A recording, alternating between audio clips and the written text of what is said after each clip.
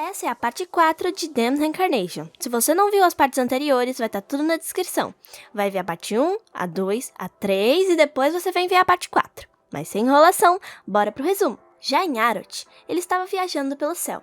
São 5 torres que formam um pentagrama, e no meio estava o castelo. O Eugene quer visitar a mansão de Siena.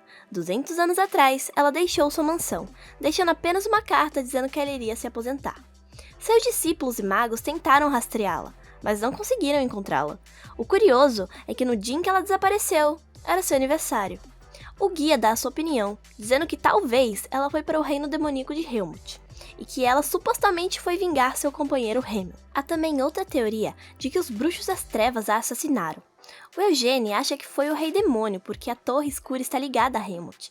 Muitas pessoas rezam em frente à mansão para passar no teste mágico. O Eugene entra na mansão e passa a investigar como ela vivia. No passado, Siena perguntou a Hemel quais planos ele tinha para o futuro, o qual ele não tinha nada em mente. Moron estava planejando ser o rei. Hemel pergunta a Siena sobre seus sonhos e planos. Ela disse apenas que gostaria de viver como uma pessoa comum, casar, ter filhos e ficar velha. No final, ela viveu sozinha por 100 anos. O Eugene queria ir até a biblioteca do porão. Ele quer saber se há alguma pista, mas ele não pode abrir os livros por causa do guarda vigilante. Ele também se pergunta como seu colar apareceu. É estranho para ele. Aparentemente, alguém mexeu com a sua reencarnação. A Torre Escura não só tem bruxos das trevas, mas também tem demônios. Há um beco que é conhecido e famoso pelo seu mercado negro, mas existem algumas lojas impuras que têm sucubos servindo como garçonetes. E há rumores de que o Iode visita o local regularmente. O beco se chama Bolero, só se torna um beco corrupto nas luas cheias. O Eugene não tinha planos de abordar o Iode e queria se concentrar em seu trabalho. Ele estava muito bravo com isso porque assim ele estava manchando o nome da família. E ainda por cima, com o demônio. Ele quer ter provas primeiro, então ele decide esperar a lua cheia para que ele possa visitar o beco. O Eugene chega na Torre Vermelha. Do lado de fora, há uma garota chamada Hera. De repente, acima da torre, ocorre uma explosão. Alguns monstros das sombras saem, mas eles são capturados e eliminados por Loberian. Loberian repreende seus alunos pelo erro que eles cometeram na magia de invocação. Ele vê o Eugene e desce para cumprimentá-lo. O Eugene percebe o incrível poder que o Loberian tem. Seu irmão Iode aparece na porta. Eugene lembra que ele vive saindo com a sucubo. Ele estava realmente muito zangado com ele. Loberian comenta que, com base no que o Gilad disse, o Eugene não quer aprender magia diretamente com ele. Nosso protagonista fala sobre não querer causar problemas, e além disso, que as pessoas se dariam mal com a família Lionheart. Ele quer aprender a magia sozinho. Já se passou 1 mês desde que ele chegou na torre. Ele ia à biblioteca todos os dias para ler os textos mágicos. Ele treinou sua mana pela manhã e seu corpo à noite. Ele terminou de ler todos os livros da biblioteca. Há 300 anos, a Siena dividia os estágios de magia em níveis claros. Originalmente, era seu estilo único. Mas uma vez que ela se tornou mestre da Torre Verde, muitos magos de Aroth começaram a seguir sua metodologia. O primeiro são os círculos, um anel de mana circulante, usado para criar magia. Quando a mana cresce além dos limites de um círculo, outro círculo é formado. 300 anos depois, a maioria dos magos aprende magia usando círculos. Os únicos magos que não usam os círculos são aqueles com origens completamente diferentes, como magia elemental ou magia negra. O Eugene chega à sala de prática onde a Hera estava. A Hera sugere fazer o círculo mágico, mas o Eugene quer colocar o seu próprio toque nisso. Ele quer usar o método de mana Lionheart. A Hera não é a favor disso, pois é muito difícil. Se a espiral de mana sair do controle, você pode se ferir gravemente ou até mesmo morrer. Mesmo assim, o Eugene não desiste. Então ela não tem escolha a não ser deixá-lo fazer isso. Mas ela irá interferir se achar que está ficando perigoso. Nesse momento, ele começa a consumir toda a sua mana. O ritual da chama branca e os círculos têm diferentes métodos, mas em essência eles são os mesmos. Com o método da chama branca, a mana é manipulada através das estrelas do coração.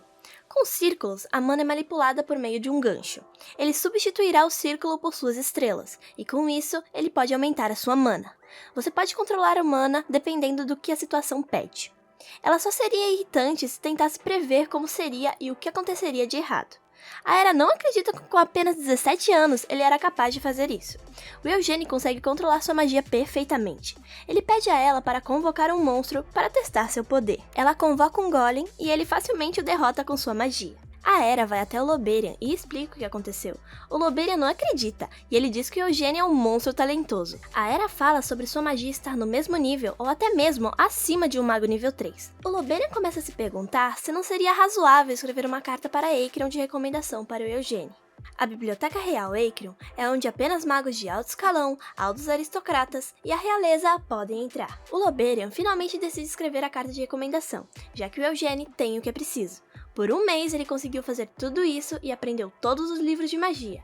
Ele se pergunta onde que ele foi e por que não conhece ninguém em Arot. A Hera responde que ele disse a ela que iria visitar um amigo. Enquanto isso, na praça, o Eugênio estava olhando para a estátua de Siena. Um homem chega e era o Garges.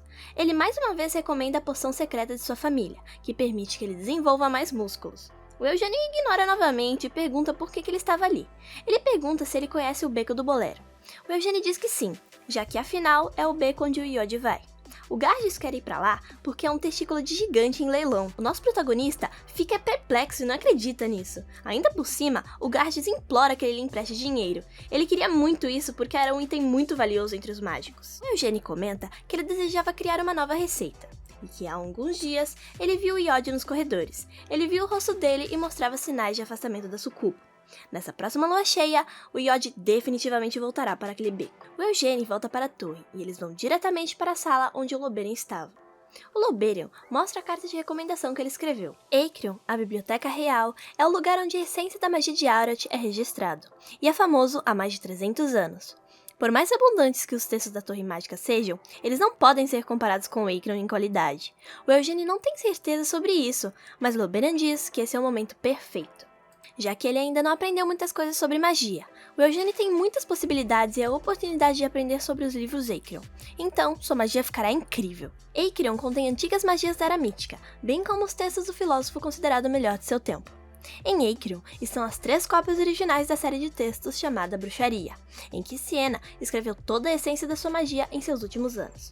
Feitiçaria é considerado o melhor texto mágico na história de Arot. Não há cópias dele, apenas o primeiro volume tem sido publicado. Apenas ler esse volume irá aumentar o seu conhecimento de magia em um nível superior. O Eugênio hesita em como responder a ele. No entanto, ele pergunta sobre seu irmão Iode. Ele quer ver se ele sabe sobre toda a situação em que ele está. O Loberian sabia. Ele tentou impedir, mas não conseguiu. Ele quer que o Eugênio entenda que desde que ele veio para Arot, ele falhou muito. Ele colocou muita pressão sobre si mesmo, e é por isso que, para aliviar seu estresse, ele foi até a sucubo.